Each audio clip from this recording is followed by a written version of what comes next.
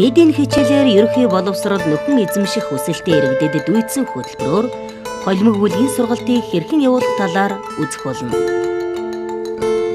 Холимог бүлгийн сургалт гэдэг нь цаг хугацаа болон орон зайн хувьд нэг дор 2 ба түүнээс дээш түвшинд суралцагчид хамт хичээллэх сургалтын хэлбэр юм. Холимог бүлгийн сургалтын хэлбэр 1. Нэг цагт нэг хичээлийг олон түвшинд заах. 2. Нэг цагт олон хичээлийг олон түвшинд заах. 3.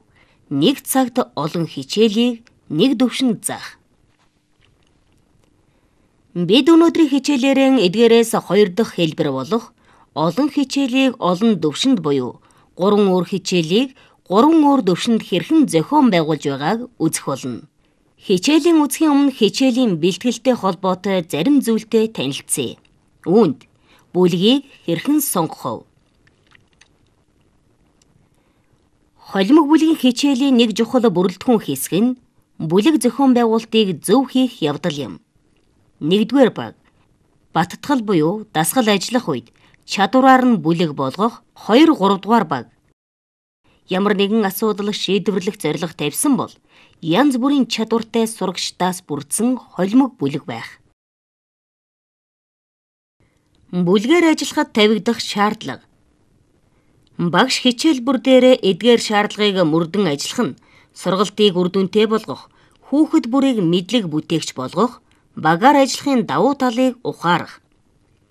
Багийн ахлагчийг сонгох, бүлгийн гишүүн бүр жигд оролцох, хүн бүр гүйцэтгэх үүргийг сайн ойлгож мэдэх, сайн сонсогч байх, харилцан дуршлагаа хуваалцах, бусадтай ярилцах, саналаа хэлэх боломж олгох, бусдын санаа бодлыг хүндэтгэх, харилцан ярилцаж нэг шийдвэрт хүрэх, ахлагчийн заавраар ажиллах, бичиж тэмдэглэх. Хичээлийн бэлтгэл үе шатыг хэрхэн хийх вэ? Бүлгээр сургалт явуулахын өмнө багш хичээлийн бэлтгэл болгож дараах үе шат гүйцэтгсэн байна. Үүнд суралцагчаа уншлах, хэрэгцээг тодорхойлох, бүлэгт хуваах, сэдвээ сонгох, агуулга, арга зүйгээ сонгох. Холбогдох сургалт арга зүй материалуудыг судлаж, сурах бичиг модулуудтай танилцах. Сургалтын материалаа бэлтгэх, бүлгийн дүрмээ тогтоох, ажил хэрэгч, идэвхтэй уур амьсгал бүрдүүлэх. Одоо хичээлийн үзье. Та бүхэн дээр дурдсан үе шат, бэлтгэл хэрхэн хангагдсан болохыг хичээлийн явцаас сайтар ажиглаарай. Мөн хичээлийн бас нэгэн чухал хэсэг бол зорилтон хэрхэн зөв тодорхойлох явдал юм. Энэ нь суралцагч хамтдаа болон багаараа ямар асуудлыг яаж шийдвэрлэхээ мэдхэд тустай бол багш хичээлээ хэрхэн жолоотоход хэрэгтэй юм. Энэ хичээлийн зорилтыг ажиглаарай. Хичээлийн сэдэв Монгол гэр.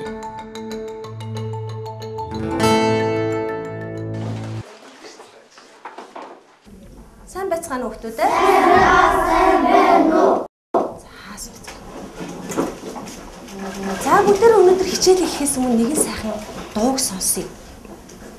Бүгдээрээ өөртөө тав тухтай байдлаар суугаад, нүдээ алхуурхан анаад, анхааралтай сонсно шүү. За яа хүүхдүүдээ. За.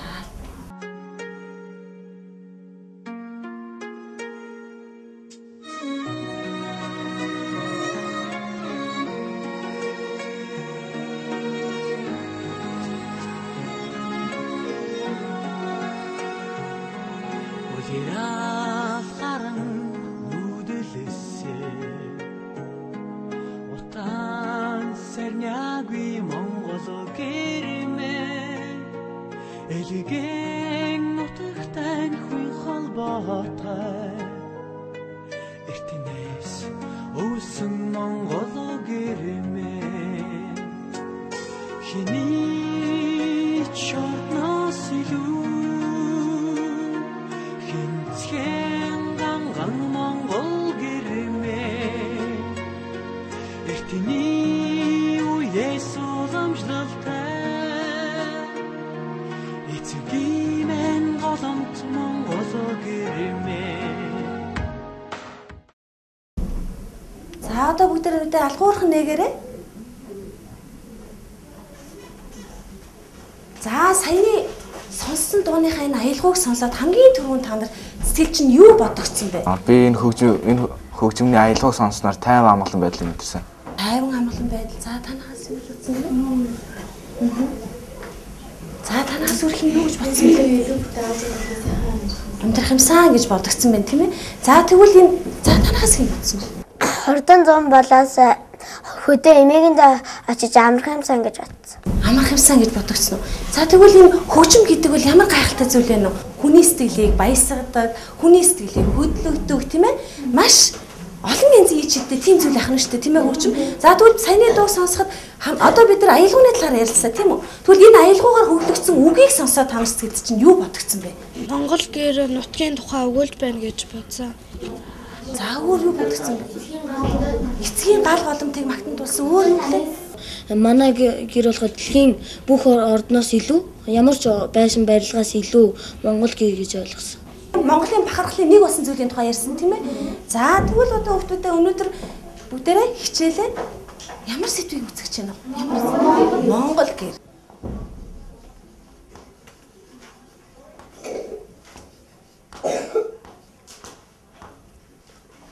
За хүүхдүүд өнөөдрийнхээ хичээлийн зорилготой танилцъя. За танаа баг нэгдүгээр зорилго уншаарай. Монгол гэрийн тухай мэдлэг нэмэгдүүлж, ардын өв уламжлал ёс заншил суралцах. За одоо тусынхаа ширээн дээр байгаа зорилттойгоо танилцъя. Математикийн хичээл 2 дугаар төвшөнд. Харилцах. Олон үндэстийн тухай мэдлэгээ баттгах, альва дүрсээс тодорхой зүйлийг ялгаж таних, дүрслэх, хэмжих, байгуулах чадвар эзэмшин. Эрдэмших. Ажиглалт харьцуултын хийх замаар дүрсийг жиших, хялбар тооцооллын аргад суралцсан. Амьдрах. Олон үндэстийн мэдлэгийн зөв ашиглаж, нийлмэл дүрсийг бүтээж хэрэгжилж сурна. Иргэн шиг. Багаар хамтран ажиллах, хүрээлэн байгаа орчин дэх биетээс дүрсийн зүй тогтвол, харьцаа хамаарлыг таньж мэднэ. Монгол хэл 4-р төвшөнд. Харилцах. Их хэлний уран яруу дүрслийн аргатай танилцаж хэрэглэх чадвар эзэмшин. Эрдэмших. Монгол хэлний уран дүрслийн аргуудыг таних, ялгах, харьцуулах чадвартай болно. Амьдрах. Уран дүрслийн аргаас аман болон бичгийн харилцаанд хэрэгжилж сурна. Иргэн шиг. Бусдыг ойлгож, өөрийн санал бодлоо бусдтай солилцож, их хэл ёс заншлаараа бахархах, дагаж өмөрдөх соёл эзэмшин. Байгалийн ухааны хичээл 6 дугаар төвшөнд. Харилцах. Энерги, түүний хувирал өөрчлөлтийн талаарх мэдлэгтэй болно. Эрдэмших. Ажиглалд дуршилт хийх замаар энергийн өөрчлөлт хувирлыг ялган дүгнэж тооцоолж сурна. Амьдрах. Энергийн талаарх мэдлэгийн амьдрал ах уйдаан зөв хэрэглэж, ашиглаж сурна. Иргэн шиг. Багаараа хамтран ажиллахын давуу талыг ойлгох, өдөр тутмын амьдралын тодорхой асуудлуудад энергийн үүднээс хандаж дүгнэлт гаргаж сурна. Анги нийтийн болон хичээлийн зорилго 4 зөвхт чадамж тус бүрээр тавигдсан байна. Суралцагчид яг юу хийх, юу мэдхийн тодорхой мэдэх нь суралцагчид сургалтын эцэст ямар үр дүнд хүрэхээ мэдэх. Багш сургалтаа жолоодоход хэрэгтэй байд. Багш сургалтын үйл явцыг үнэлэх хянахтаа. 1. Асуулт хариултын замаар суралцагчдыг онцлоход чиглэсэн байх. 2. Суралцагч сургалтын явцад тасралтгүй ахиц гарч байх. 3. Явцуу алгоритмыг биш, тодорхой хэлбэрээс баяжигдсан бүтээлчээр хөгжих, үеийн баримжааг үнэлэх буюу хийх. 4. Мэдлэгийн танил болгон, танил бус нөхцөлд хэрэглэх чадвар, оюун ухааны үнэлэх. Та нарт манай 11-р ангийн сурагч одын шиг чинь та нар чиглүүлэгч биш үү гэдэг. За өнөөдөр бүгдээрээ монгол хэлний хичээлийг хөтчийн тусламжтайгаар үзнэ. Багшийн оронд та нар энэ хичээлийг заалж чиглүүлж өгөх нь тийм ээ. Танаа болохоор модос монтого хичээлэх тийм ээ. Багш хичээлийн хөтөч модуль чиглүүлэгчийн тусламжтайгаар явуулахаар төлөвлөжээ. Та 3 1 та 2 1 болоорой заяа.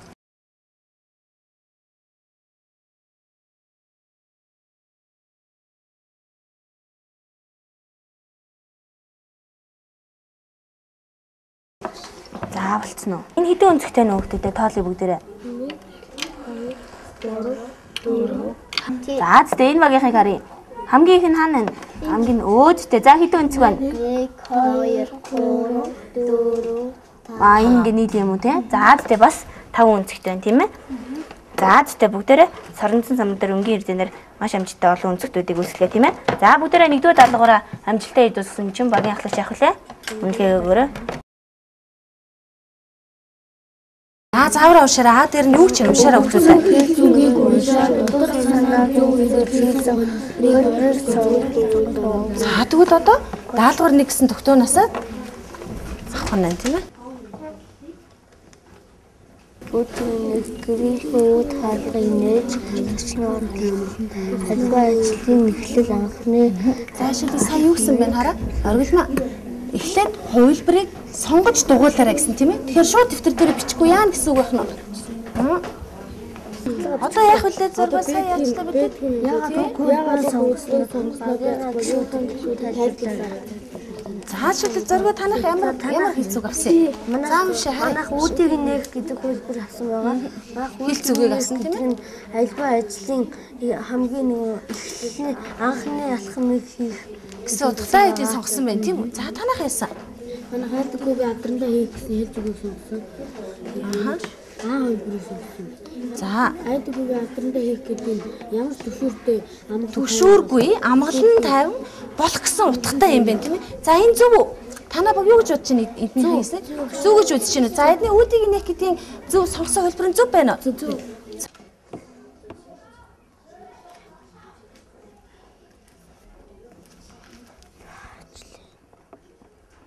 Миний янз бүрийн хэлбэртэй байж болдог. Хөдөлгөөний хослоор ийм юм танах байна гэртээ. Хөдөлгөөний хослоор ийм тарай оруулж болох чиглэлний энэ дулааны хослоор ийм байна. Орон байр хувц хунар тийм үү. Хоол хүнсний хослоор хоол хүнс тийм ээ. Тийм биш. Өнөр бид амьд зүйлийг хөдөлгөж Тийм ээ. За тэгвэл энэ олон хэлбэрүүдийг та нар ойлгоогүй юу? Ойлгосон. За ойлгосон бол дараагийнхаа зүйлийг орцгоё. За туршилт нэгээ юу гэдэг вэ? Хамтдаа хийцгээе. За эхний туршилт юу гэж байна? Гарынхаа алгыг хоорондоо ирчимтэй юу метр үрэрэг чинь тийм ээ. За бүгд гарахаар ирчимтэй үрэг. За ямар үзэл интернет чинь дулаан хадуун болж чинь тийм ээ. За тэгвэл энэ эхний туршилтын хариу нь юу байх нь вэ? За туршилтынхаа дүгнэлтийг биччихээ дэвтэртээ.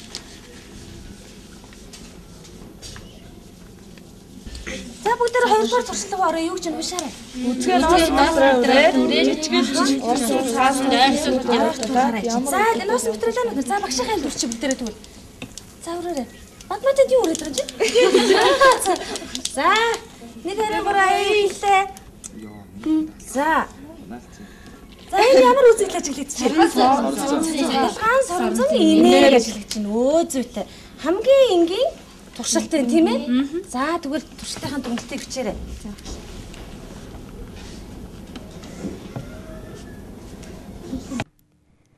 Багш хичээлийн үе шат бүрд, баг тус бүрд биечлэн туслах цагаа нарийн хуваарлаж болох үеэр хичээлийн бэлтгэн. Энд 1-р баг өнгөрснөө давтаж, 3-р баг бие данс сурах бичгтээ ажиллаж, багш 2-р багтай хамтран ажиллаж байна. За тэгвэл бүгдээрээ нэгдүгээр дасгалаа амжилттай хийж дуусгасан юм чинь 2-р дасгалтаа орцгоё. За тэ. За 2-р дасгал маань соронзон самбар дээр гэрийн дүрс үүсгэж байгаа. За багшны дүрс үгүй та бүхэн энийгээр гэрийн дүрс үүсгээрэй маань хамтраад гэрийн дүрс үүсгээрэй.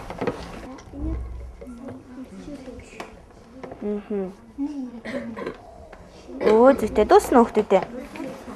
За дууссан. За сайн байна. За. Хөрөөрөө яа гэсэн юм чинь. За нэг цааш нь нөө дотор байх. Зүр.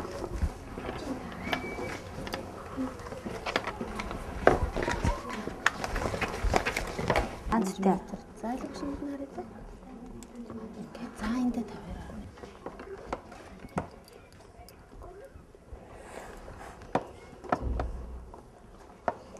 Энийг энэ шугамаа хэрэглээ.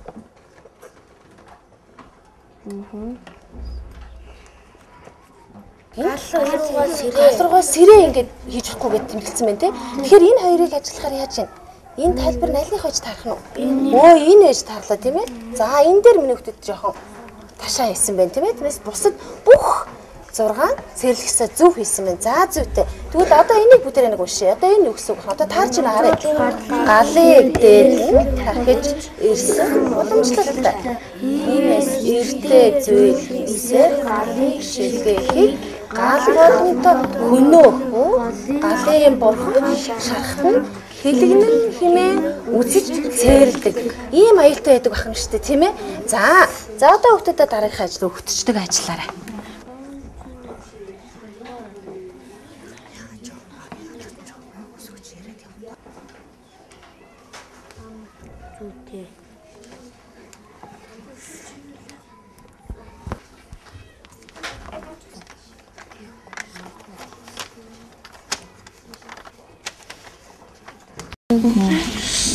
За, эцэг зөвлөгөөнөөс эхлээ үзчих бүгд. Хөдөлгөөн ус салхи нэрэлт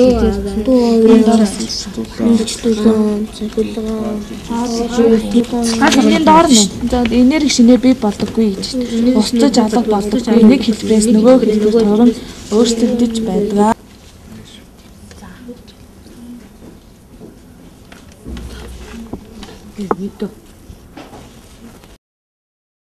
За нэгin Г 2-ын Б 3-ын Б 4-ын А. За хэрэгэн хийчихье. Нэгin Г зөв байна. 2-ын В зөв байна. 3-ын Б зөв байна. 4-ын А зөв байна. Энэ харилцаа бодлого. Одоо бодлоготой орох уу?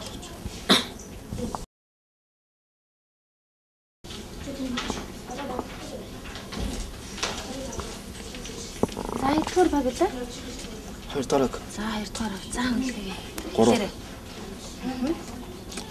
Дайсан 3. Хатан цэцэг 3. Бадам цэцэг 3. Жэмэн цэцэг 3. За үлээгээ тэмдэж байгаа юм тий. Дарамт санаа гарсан. За. Дүрхтэй.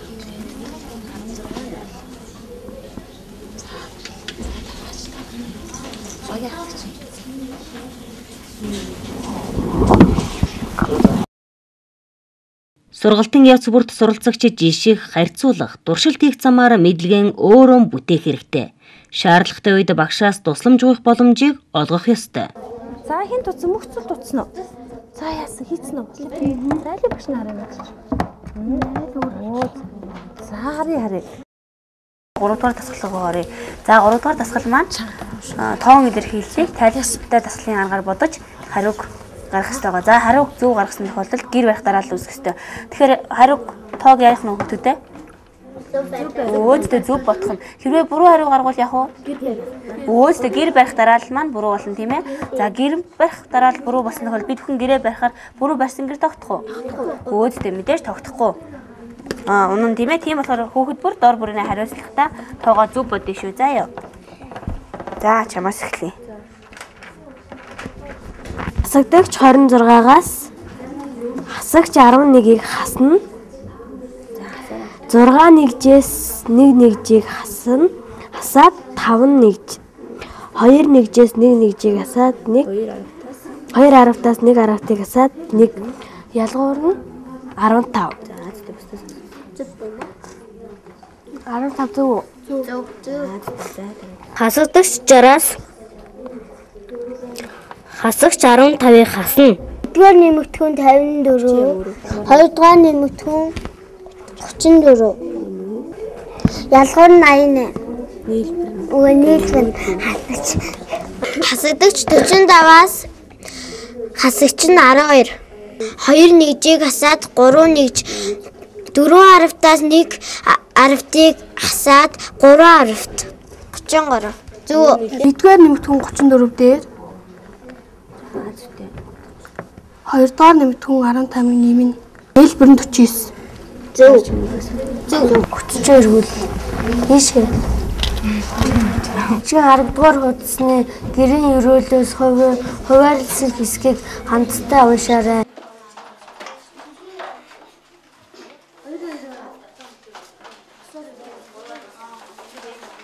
нарны гэрлийг нааш оруулагч галын гэрлийг гадны ширэг дэлгэрүүлэгч хонсно.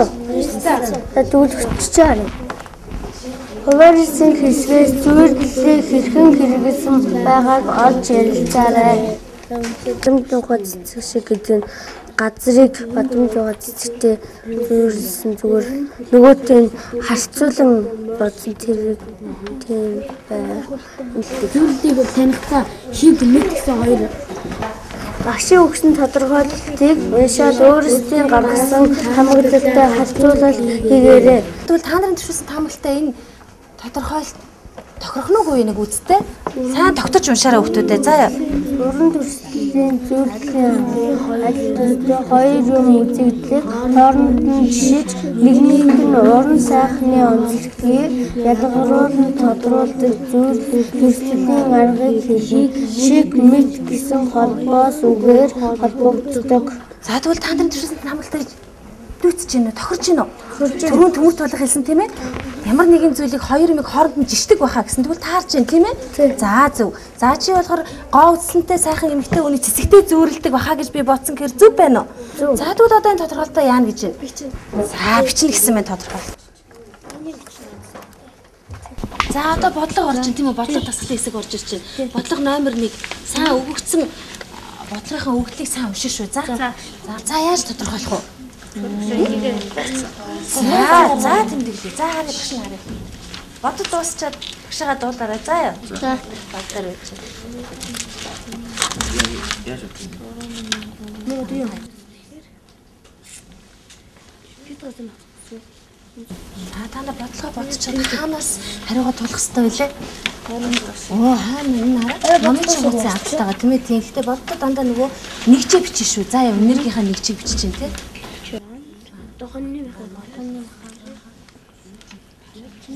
Одоо энэ хоёр юм 20 г гасан зүгээр боллоо. Ямар гэрэл үрж байна? Өө зөв заа бичиж зүг байна. Сургалтын явцад хийх дасгал даалгавар нь сурагчдын бүтээл чадварыг хөгжүүлэх үйс, суралцагч өөрөө мэдлэг бүтээгч байх, багаар ажиллах, хамтран шийдвэр гаргах боломжийг олгосон байх шаардлагатай бөгөөд энэ хичээлд хэрхэн төлөвлөснийг анхааралтай ажиглаарай. Одоо бүгдээ гарц айруудаа өсөх хэрэмбэр байрлуулъя. Шал нэгтэн шал. Энэ дээр хэмбэл. Хоёрт нь хан, гуравт нь хаалга. Дөрөвт нь хошлон, тавт нь багна, зургаад нь тоон, толоод нь өн, найнт нь дээвэр, эсэнд нь туурга. За тэгвэл бүгдээрээ өсөх хэрэмбэр байрлууллаа тийм ээ. За тэгвэл одоо бүгдээрээ энийхээ дагуу гэрээ байгуулцгаая. За эхлээд шал хүүхдүүдээ шалаа байр.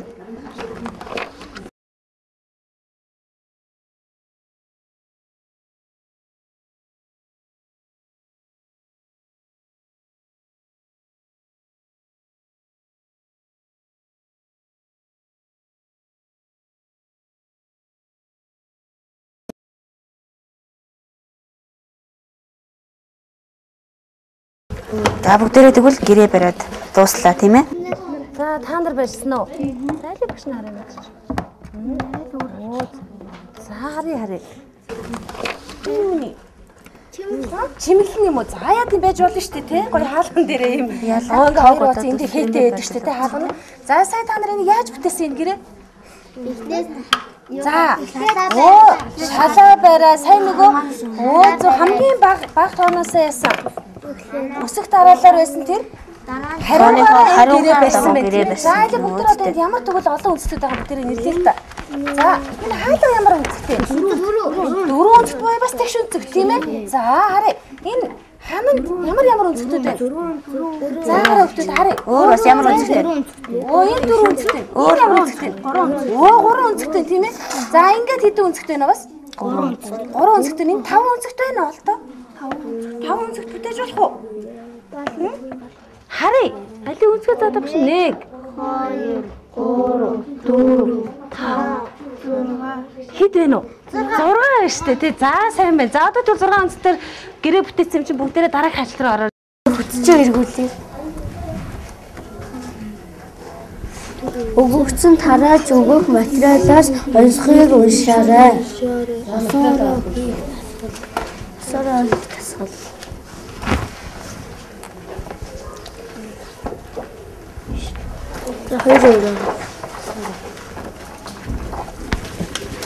Өдөртөө бүсээ өсөж чадахгүй. Харна 70 хүний толгойд ирсэн. Улаан ямаа төмөр ивэртэй. Гал.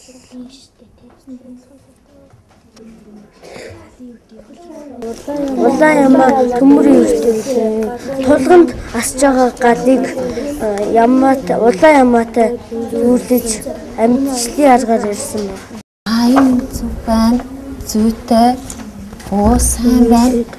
Сайн зөв. Энийг яагаад чи энэ хан гэж үтсэн бэ? Энэ хан нэг юм ишигний юу энэ. За ханы энэ толгой яасан бэ энэ хардаа хөтөд? Ишигний төстэй байна тийм ээ. Тийм учраас энийг яасан бэ? Ишиг гэж амьтан болгож зүйрлсэн биш тийм үү энэ аясхан. Тэгэхээр энэ яасан бэ? Амьдчлалын арга. Тэгвэл амьгүй зүйлийг амьтаны дээр төсөөл шодож уран дүрсэлтгийг ямар арга гэдэг вэ? Амьдчлалын арга. За сайн байна. Зөв ойлгосон байна. 5 дугаар дасгалаа хийцгээе. За тэгвэл бүгдээрээ гэрт байдаг олон өнцгтүүдийг нэрлэе. Тэгвэл хэлээ бичээ явъя тийм ээ? Шкаф 4 өнцгтэй. За тэгтээ шкаф 4 өнцгтэй. Давтар 4 өнцгтэй. Ширээ 4 өнцгтэй. За тэгвэл хүний өмсөж хэрэгэл эдэлдэг тийм ээ? Хувцас. Олон өнцгтэй байж болох уу? Өөдтэй. За тэгвэл бүгдээрээ одоо хүний өмсөж хэрэгэлдэг зүйл. Альчууд 3 өнцгтэй. Өөдтэй. Хормогч 4 өнцгтэй. Өөдтэй хормогч 4 өнцгтэй тийм ээ?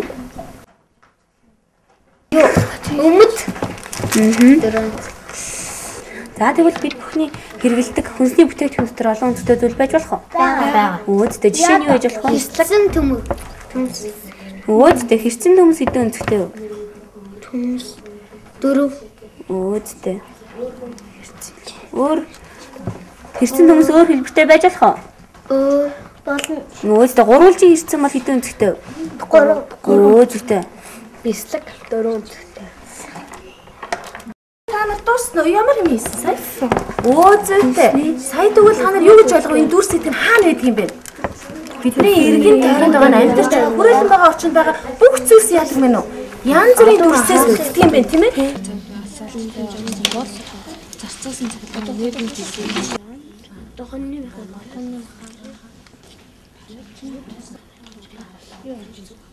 Дараа болохоор 1462. Нэг нь зүгтэй. Тэмдэглээ тэгээд энэ чинь 11 тоо гарна шүү дээ. Энэс өөр тэрнийг энэ чинь тэмдэглэж авах шүү зөө. Багш сургалтын аргаанд зөв, оновчтой сонгон, сургалтын хэрэглэгдэхүүнүүдийг сайтар бэлдснээр өөрийн үйл ажиллагааг хөнгөвчлөх төдийгүй суралцагч өөрөө мэдлэгийг бүтээхэд ач холбогдолтой юм. Түүнчлэн багш хичээлээ бэлтгэхдээ суралцагчийн бие даа мэдээлэл авах нөхцөлийг бүрдүүлэх, багш сурагчийн шууд ба урвуу мэдээллийн хувийн жинг тэнцвүүлэх, хичээл, сэдэв, агуулгын болон дасгал даалгаврын залгамж чанарыг бүрдүүлэхэд анхаарах шаардлагатай. Бүгдээрээ одоо 6 дугаар дасгалаа хийцгээе. За 6 дугаар дасгал маань юу вэ нөхдөдөө? өгүүлбэртэй Өгүүлбэртэй бодлого. За хамтай гэрт 5 метрийн дөрвөн шишиг ордог бол хэдэн метр давуу арах вэ? Яаж чадах хөвгтүүдээ? Ойлгосон уу үгүй? 5 дээр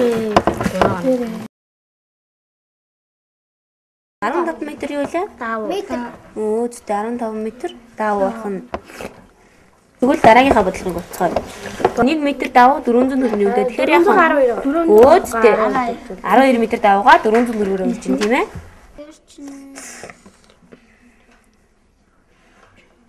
Хоёр тэг нэг нь тэгээ. Тэг. Дахид тань хөвгтүүдээ. Өөдтэй 4800 төгрөгөөр 4 хантаа гэрт хөшиг хийх юм тийм ээ?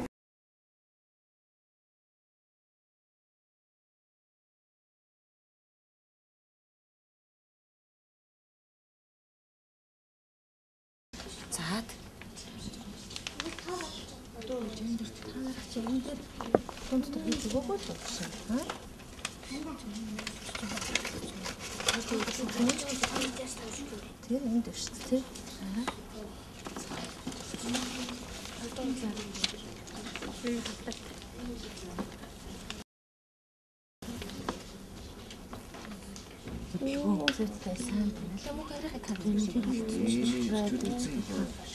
Ямар гэрэл төрүүлж байна? Өө зөө заа. Тэр тэгвэл дараагийнхаа дасгалд орцгоё.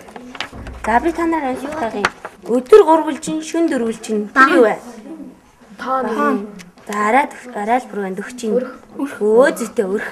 За тэгвэл саяны ансганд ямар төрс оров хүүхдүүдээ? 4 бүлжин. Ансганд орсон төрсүүдээ дэвтэртээ зурцгаая.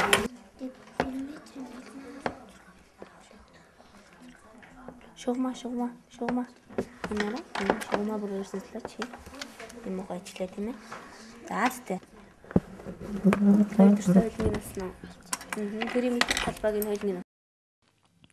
Монгол гэр сэдвт холимог бүлгийн хичээл ийхүү дуслаа. Одоо дүгнэлтийг анги болон баг тус бүр хэрхэн хийхийг анхааралтай ажиглаарай. Таамаглал төвшүүлэн дүгнэлт гаргаарай. За өнөөдөр хичээл дээр юу үтсэн? Зоригттой хүрч чадсан уу гэдгээ яриа. За бид өнөөдөр энергийн тухай мэдээж авлаа. Энерги бол аливаа биеийг хөдөлгөөнд оруулдаг эрчим хүч юм аа. Энергийн төрлийн тухай мэдээж авсан. Энерги болохоор нөгөө энергиэс нөгөө энерги хүртэл шилждэг. Тэгээд устж үгүй болдгүй. Тэгээд одоо бид нэр туршилтаа ажиглалын нөгөө наасан туршилтыг үзүүлэх чинь үзэн малын харыг сайтар өөрчлөснээр өөрч энэ нь болохоор хөдөлгөөний энерги болж байгаа. Тэснэр энэ жижигсэн цаасан дээр яхад энэ хөвгөд яаж чинь? Яаж энэ хөвгөд энэ? За энэ нь болохоор цэцлэгаан сорнзын энерги үүсэж байгаа юм. Жоо бол энерги хамгийн бага нэгж. Гэртээ 5 цаг гэрлээ хасахад эдийн хэмжээний мөнгө төдийн хэмжээний цэцлэгаанаар асуудгийг мэдэж чад. Монгол гэрт одоо Монгол гэр бусад орны байрнуудаас илүү энергийг зарцуулж энергийг эзэмшдэг. Тэгээд жишээлбэл одоо бид нэгт одоо Монгол гэр маань одоо өглөө нар мандахаас орой нар жаргах хүртэл энергийг нарны энергийг цуглуулж байдаг. Өнөөдөр мэддэг олон төрсүүдээрээ гэр бүтээс орсон бас дэвтэрэн дээрээ зурж периметр талбайг нь оллоо. Бид нар өнөөдөр тоон илэрхийллийг тайлбартай дасгалын аргаар бодож хариуг өсөх хэрэмбээр байрлуулж гэр барих дарааллыг мэдэж авлаа. Сайн мэдэх олон төрсүүд орсон. Жишээлбэл гурвалжин төрс маань 18 ширхэг орсон. 5 хантай гэр ба 4 хантай гэр хэдэн метр даваагаар хөшөөгөж болохыг би таатайлан бодож сурлаа. Бүхэл өмсөж хэлж байгаа зүйлүүд маань юу гэдгүү?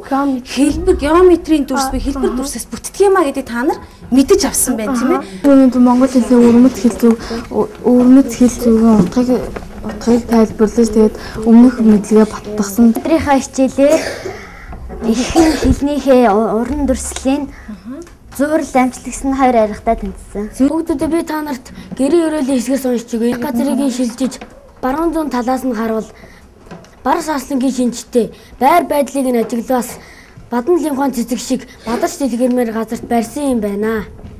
Хүүхдүүдээ та нар саяны уншсан гэрийн өрөөлийн хэсгээс уран дүрслэл ямар арга орсныг анзаарсан уу?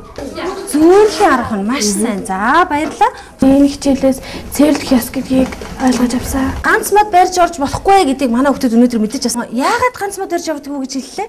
Яагаад гэвэл гэр орон дээр харсан хоос юу яасан? Ядууч хоосрохын шинжээ гэж үздэг учраас гэртээ ганц модыг барьж авч орж болдгүй нахна шүү хүүхдүүдээ. За юу. Тэгвэл эдний баг яасан бэлээ? Монгол гэртээ байдаг олон үнцгтэй дүрсүүдийг таних мэддэг болсон тийм ээ. За хоёрдугаар баг яасан бэлээ? Монгол гэртээ байдаг олон төрлийн энергийн хувирал өөрчлөлтийн тухай мэдэж авсан тийм үү?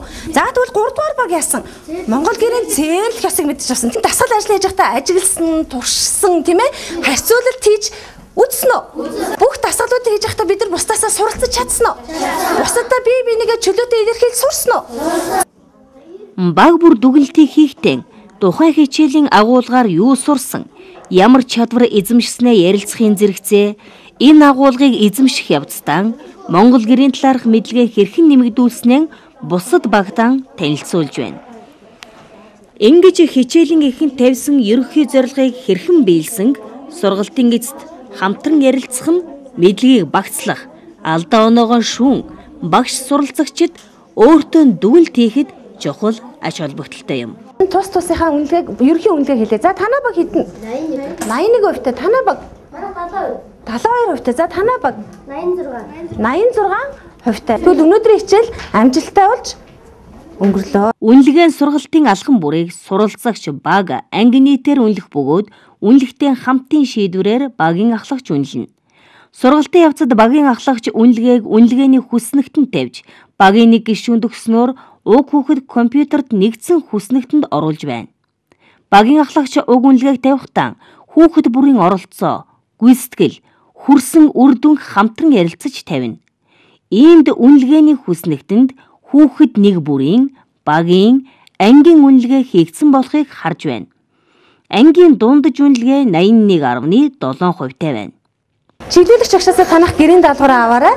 За танаа баг модуль номынхаа хамгийн хойтлын утсанд байгаа гэрийн даалгаврыг тэтэртэй бичиж аавна. Танах хөтөлчдөр байгаа гэрийн даалгавраа тэмдэглэж аваарай. Дараах даалгавраас сонгож буюу бүгдийг хийж болно. Математик А. Гэртээ байгаа 3 ба 4 өнцгтөөс бусад олон өнцөгт дүрстэй эд зүйлсийг зурж периметрийг олох. Б. Хувцсны загвар гаргах. Монгол хэл А. Шинээр монгол гэрийн цээрлэх ёсноос 3-ыг мэдэж бичиж ирэх. Б. Гэрийн өрөөлийг гүйцэн уншиж таалагдсан хэсгэн цээжлээрэй. Байгаль шинжилэл А. Энерги монгол гэрт сэдвээр 80-100 үгтэй эссе бичээрэй. Б. Энерги бидний эргэн тойронд модуль номын 9-өөс 10 дугаар хуудсыг уншиж тэмдэглэл. Даалгавар өгсөний дараа нэмэлт тайлбар өгөх. Асуух зүйл байгаа эсхийг заавал асуугаарай. Даалгавар нь олж авсан мэдлэгийн бие даан хэрэгжүүлж чадах үз хийж гүйцэтгэх зүйл нь тодорхой, ойлгомжтой байх хэрэгтэй. Энэ хичээлийн төлөвлөлт нь энгийн мэдлэгээс хамтран ажиллах зарчмаар тасралтгүй суралцсан шинэ мэдлэгийг хамтдаа бүтээн тодорхой дүгнэлтэнд хүрснээр зорилгоо хангаж байна. Та бүхний гарт алтан бус боловсролын багшид зориулсан зайны сургалтын материал инхүү очиж байна. Нийгмийн хөгжлийн хурдас боловсролын шинэ стандартыг хэрэгжүүлэх явц нь багшаас мэдлэг, чадвар, маш олон арга зүйг шаардах болж байна. Нэн ялангуяа алтан бус боловсролын багшаас бүр жилийн ур чадварыг шаарддаг. Иймээс алтан бус боловсролын багшийг холимог үлгийн арга зүйг ажлын байран дээр сурахад зориулсан энэхүү материалыг холимог үлгийн хамгийн төвөгтэй хэлбэрийг сонгон бэлтгэлээ. Та бүхэн энэхүү хичээлээс нэг хичээлээр тавигдж буй 4 цаг чадамжийн цаана юуг ойлгож болох, хэрхэн тодорхойлж болохыг, нэг хичээлээр тавигдсан зорилтууд ээлжид хичээлээр хэрхэн төлөвшөж болдгийг, багш сурагчдын хамтын ажиллагаагаар мэдлэгийг яаж бүтээхийг, багш ээлжид хичээлээ яаж төлөвлөж зохион байгуулахыг, дасгал, даалгавар, сэдэв, агуулгын хоорондын залгамж чанар яаж хангагдж болдгийг, түүнчлэн 3 өөр хичээлийг нэг малгай сэдвийн дор зангидж болох зэрэг олон сургалтын элементүүдийг эндээс харна баха. Ер нь багш хүн тэр дамаа дүүцэн хөтлөрийн багш хүн зааж байгаа шаваа ойлгодог, мэддэг, хайрладаг, зааж байгаа хичээлийнхээ агуулгыг мэддэг, сурах хүчгээ сайн судалсан байх хэрэгтэй байх нь их чухал юм аа. Нэг талаас багш нь тасралтгүй суралцагч, шинийг эрэлхийлэгч байх нь чухал бөгөөд энэхүү төгсгөлгүй аянд бидний хийсэн энэ кино дөрөв нь болохын ерөөлийг тавья. Та бүхний сургууль хүмүүжүүлгүйс амжилт хүсье.